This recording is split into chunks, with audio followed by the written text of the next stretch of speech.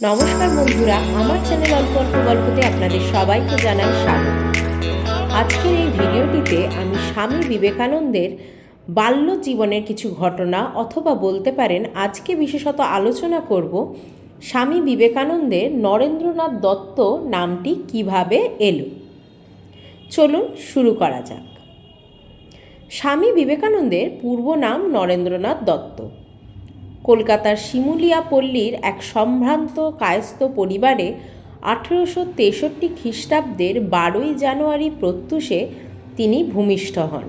পিতা বিশ্বনাথ দত্ত হাইকোর্টের অ্যাটর্নি ছিলেন। এই কার্যে তিনি প্রচুর অর্থ উপার্জন করিতেন, ব্যয়ও করিতেন অকাতরে। বহু দুস্থ আত্মীয় তাহার অর্থে লালিত পালিত হতেন।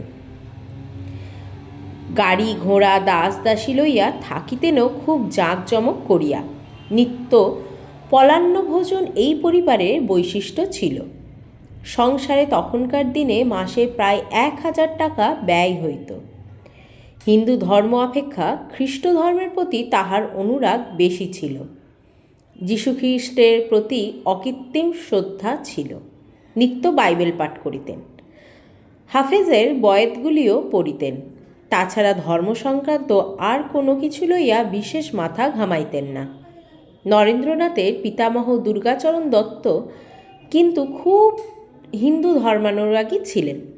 একমাত্র পুত্র বিশ্বনাথ দত্তের জন্মের পর 25 বছর বয়সে তিনি ভগবান লাভের জন্য চিরতরে গৃহত্যাগ করিয়া সন্ন্যাসী হইয়াছিলেন।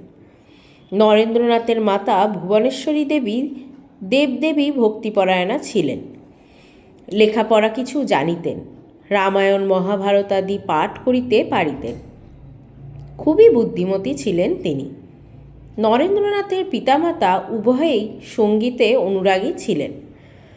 নিজেরাও কিছু কিছু গাইতে পারিতেন।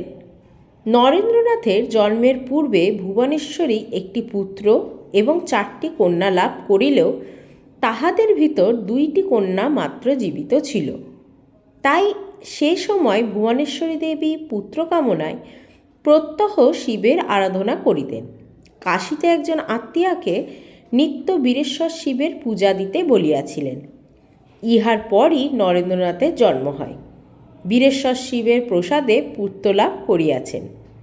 এই বিশ্বাসে ভুবনেশ্বরী পুত্রের নাম রাখিলেন বীরেশ্বর। পরে অন্নপ্রাশনের সময় তাহার নামকরণ হয় নরেন্দ্রনাথ দত্ত। তবে বাড়িতে বীরেশ্বরের অপভ্রংশ বিলে নামেই তিনি পরিচিত ছিলেন। নরেন্দ্রনাথের জন্মের পর ভুবনেশ্বরী আরও 4টি সন্তানকে অর্থাৎ 2টি পুত্র ও 2টি কন্যাকে কোলে পাইয়াছিলেন। আজকের ভিডিওটি এখানেই শেষ করছি। ভিডিওটি যদি আপনাদের ভালো লেগে থাকে তাহলে লাইক, কমেন্ট এবং শেয়ার করতে ভুলবেন না। নমস্কার।